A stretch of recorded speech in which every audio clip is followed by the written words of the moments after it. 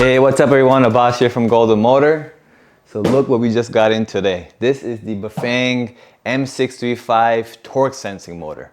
So this thing has the power of the Bafang BBS HD, but with torque sensing. And supposedly this can do both torque sensing and cadence sensing. So I have been this excited since the birth of my child. You know, this just came in and now I got a donor bike ready. So I want to unbox this, tell you my first impressions on this, show you the whole installation process on the bike, and then I'm gonna take it out for a spin, see what the performance is, and who knows, maybe we'll start carrying it if it's that good. So let's get into the video.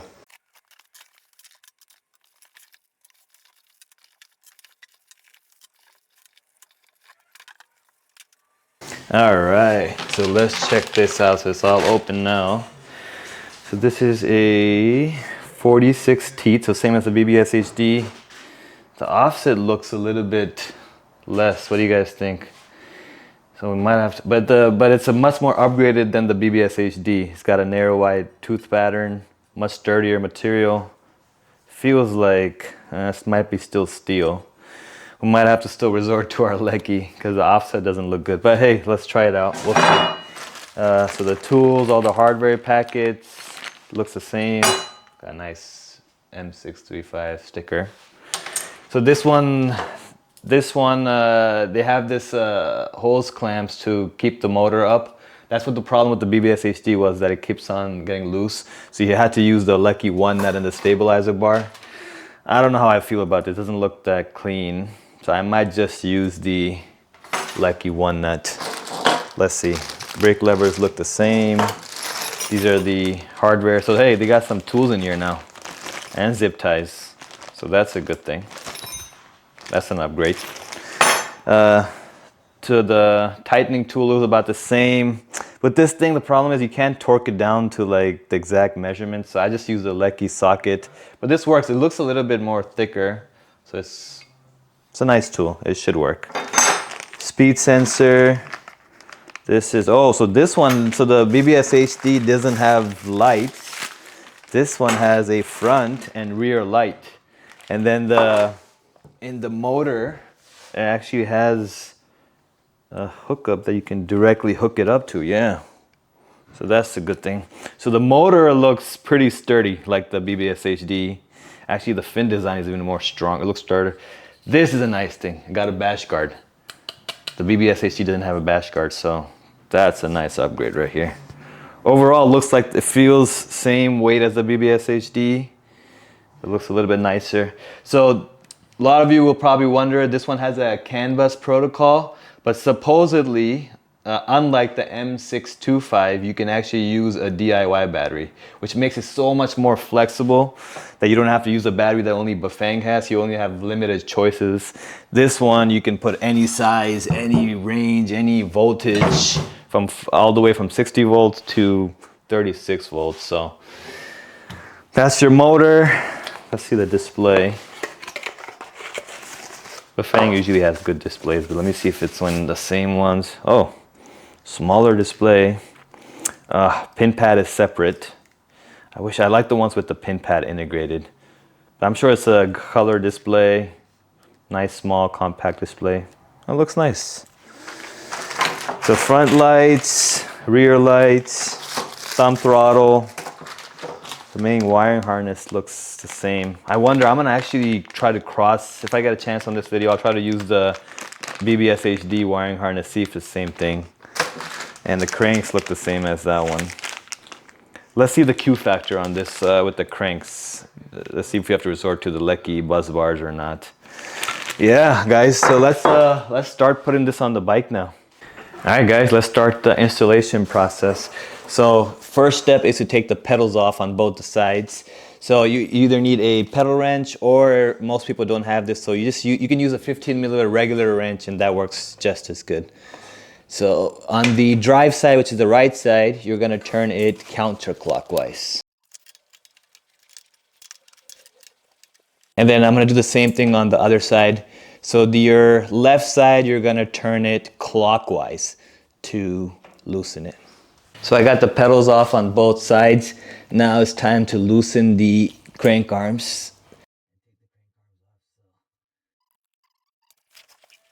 Okay, once you have both the bolts removed, now you need a crank removal tool. So basically how this works is you turn it in clockwise until you can't go anymore. And then there's another bolt right here that you also have to turn clockwise. And the way it works is basically you're pushing this against the bottom bracket so the crank arms kind of push out. So depending on the tool that you have, either use a wrench over here and keep on going clockwise, or in this case, I have a hex that you can turn clockwise. This is where you got to have a little bit of leverage because the first initial part you got to push really hard.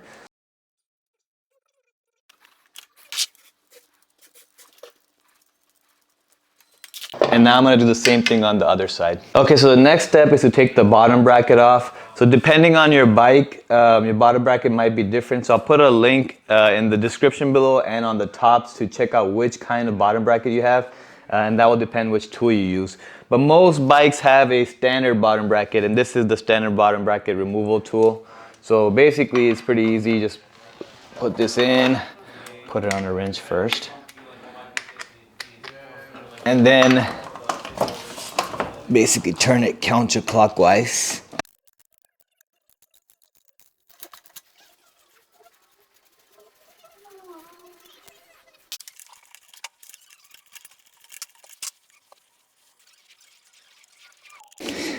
All right, guys, here's the bottom bracket. Now it's time to put the motor in.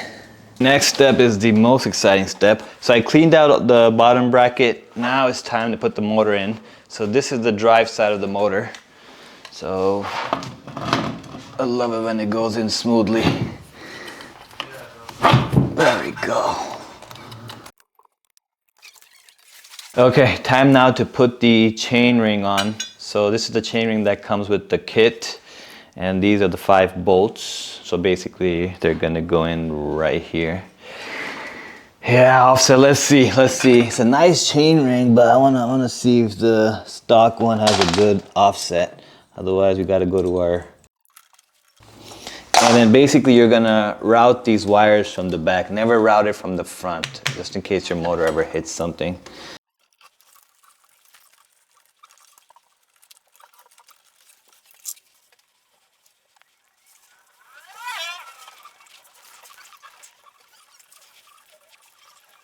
All right, guys, let me show you the chain line. So basically what you want to do is put the chain in the middle cog in the back, and then you check the line basically going to the front of the chain ring. So as you can see on the camera, like the line is not good. What that will do is basically when you go on your extreme gears, the lowest one and the highest cog, it can either, you won't be able to use it properly or the chain will skip. So I don't know why Bafang did that. Like they decreased the offset. The offset should come out right here so the line will be perfect. So on this one I'm gonna use a Lecky. And it seems like for most bikes the standard chain ring might not work. So I'm gonna take this off and put a Lecky on here now.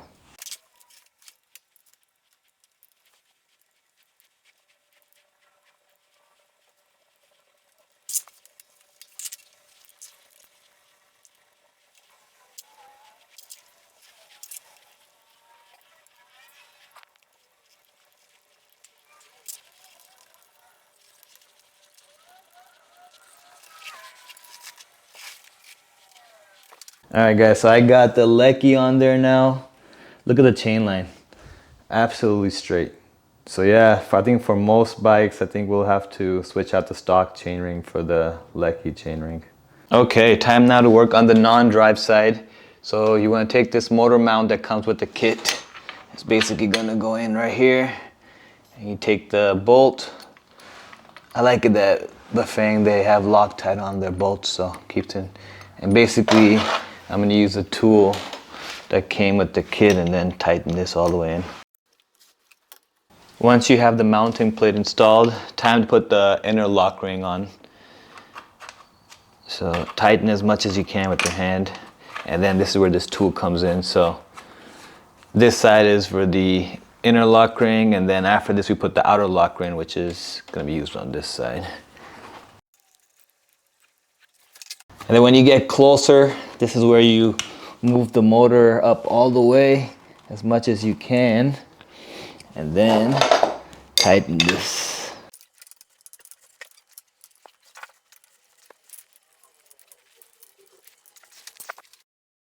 Okay, so now time to put the outer lock ring.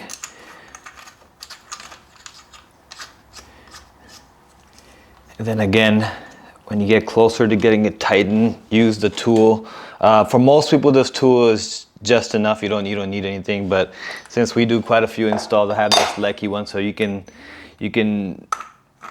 torque it down to the exact Newton meters, but you don't have to.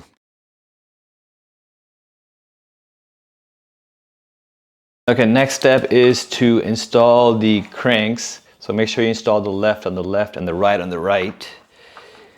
So I'm just gonna put it in there, and then on the other side, put the right ones on, and then make sure they're polar opposites, otherwise you're not gonna be able to pedal properly. And then these bolts, couple of bolts came with the kit. So you just use that and then tighten it all the way.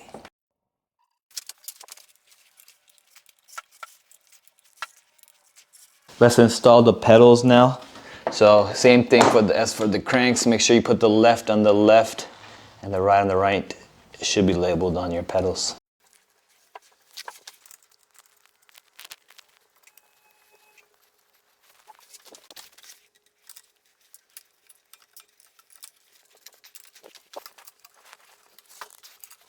Okay, now I'm gonna install the display. So this one goes right here on the center, in the center over there. And the pin pad, I'm thinking I'm gonna put the throttle on the left side, and then right next to it, I'm gonna put the pin pad right there. So to install the throttle, I'm gonna take the grip off and the brakes, but for this one, I don't have to. So I'm just gonna loosen these bolts right here.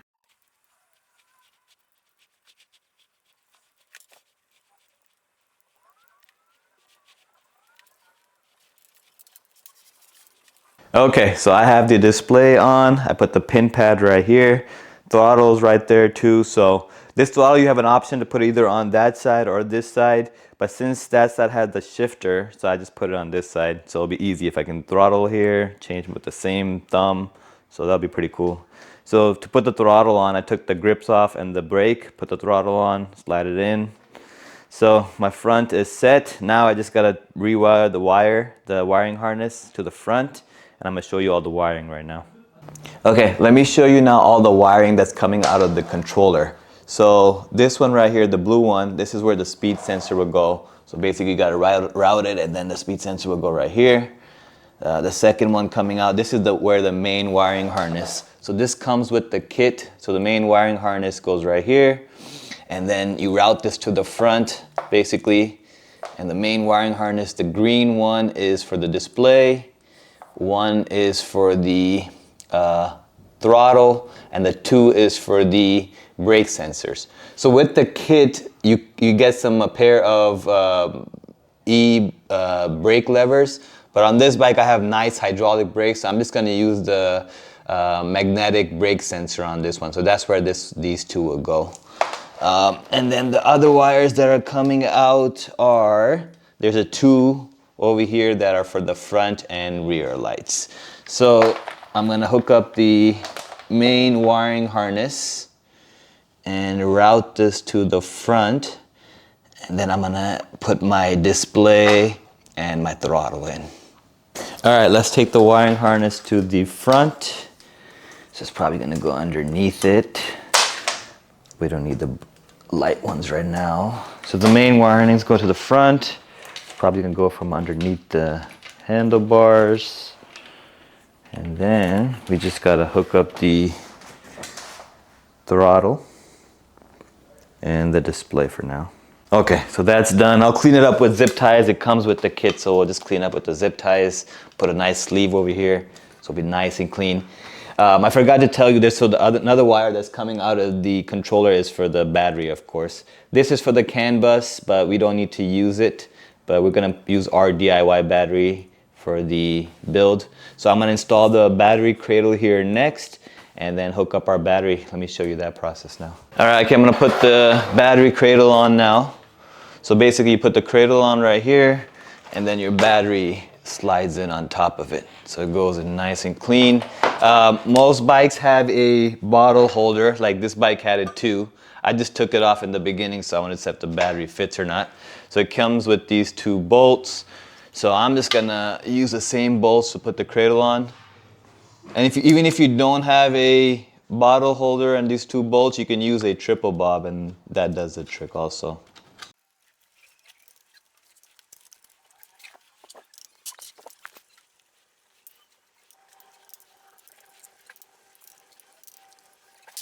Okay, so the cradle is on, nice and tight. Now let's put the battery in. Butter. Yeah, and then lock it in. Battery's not going anywhere. And now basically you just gotta connect this coming out of the cradle, coming from the controller, and boom. So just a few more steps. So basically now I just gotta clean up the bike, put the speed sensor, and we're almost done. So can't wait to take this out.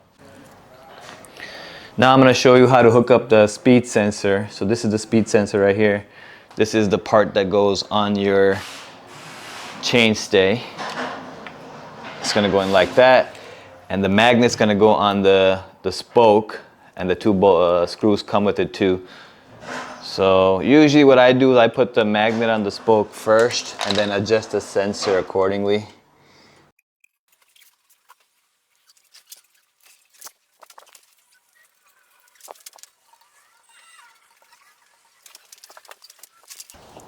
So now I have the magnet on.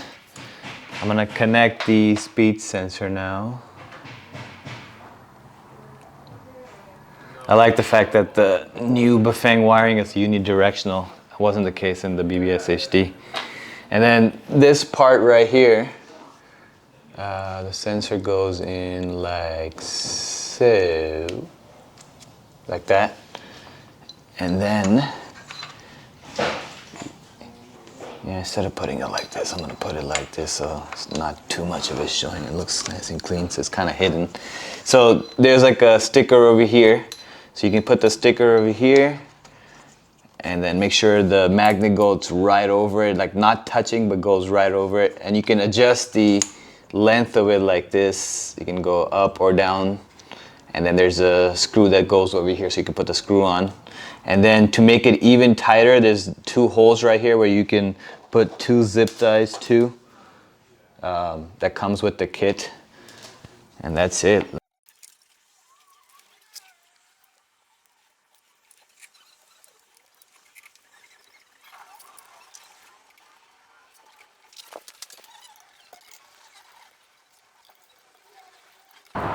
All right guys, the build is done. Looks nice and clean. So basically I ended up routing the wire from here. I put some zip tie over here, zip tie over here, put a nice little sleeve over here, hides all the wiring over here. So it looks clean. I actually put the rear light over here too. So you can actually turn the rear light from the pin pad, and this display, the DPC 318, is actually a Bluetooth display. So you can actually change a lot of your settings on the phone. So that's a really good thing, and you know that. Let me show you the front of the bike. So this is how you turn on the display. Just hold it on for a few seconds. And there it is. So basically it starts out with like 1 pedal assist. You would toggle the pedal assist with the up and down button right here. So you can go all the way to 5, and all that stuff is changeable. So I'll make a detailed video on this display like I did for all the other displays. But that's how you do it. Throttle is right here. I don't want to press the throttle when the bike's going to start going. But now it is time to take this out for a ride and show you my first impressions on this. All right, so this is the time we're all waiting for. See it actually, how it performs. So this thing is rated at 160 Newton meters of torque and torque sensing pedal assist. But I want to see how this thing performs. So let's see how it goes. You guys ready?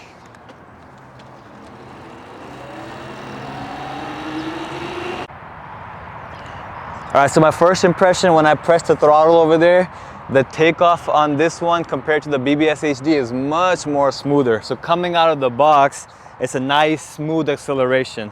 So I'm gonna show you that again.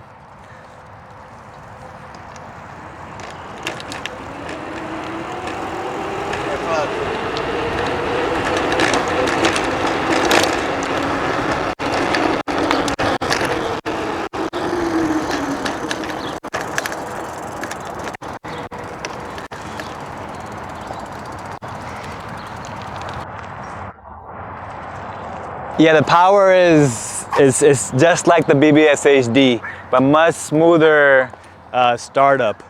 But now, that was just throttle. So throttle is good. So the power is really good on this thing. But now we got to see the torque sensing. So I'm gonna take you guys on an open road a little bit, and then we're gonna do some torque sensing testing. All right, guys. So I'm in pedal assist 2. Let's check out the torque sensor on this.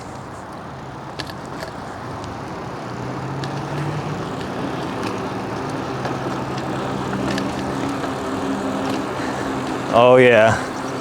Oh yeah.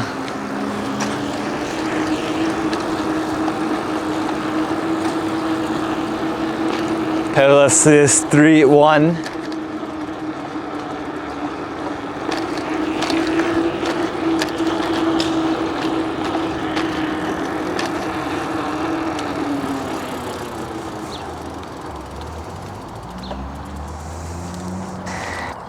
It's good. Torque sensor is nice. Torque sensor is nice. Not as responsive as the CYC, but probably just the same as 2.7, or probably even a little bit better than 2.7. But torque sensor is nice on here. It's nice. Let me try it on other pedal assist, see how it goes. I'm gonna pull up to all the way to 5. Let me try the torque sensor on this. Yeah, such a big difference between cadence sensor and torque sensor. I'm excited about this.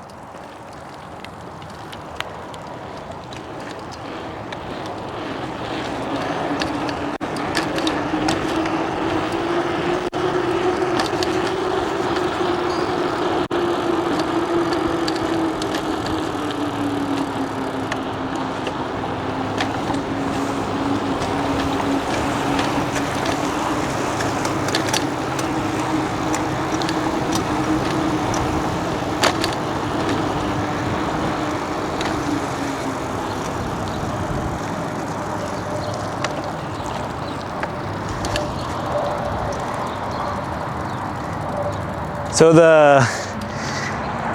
I wish that there's like a millisecond delay between when you push it down on the throttle and the torque sensor kicking in. So I bet you can we could talk to Bafang on this and they can fine tune this, but it's very smooth already. But you can fine tune to be like instantaneous torque like the CYC. But I like it. It's a nice torque sensing.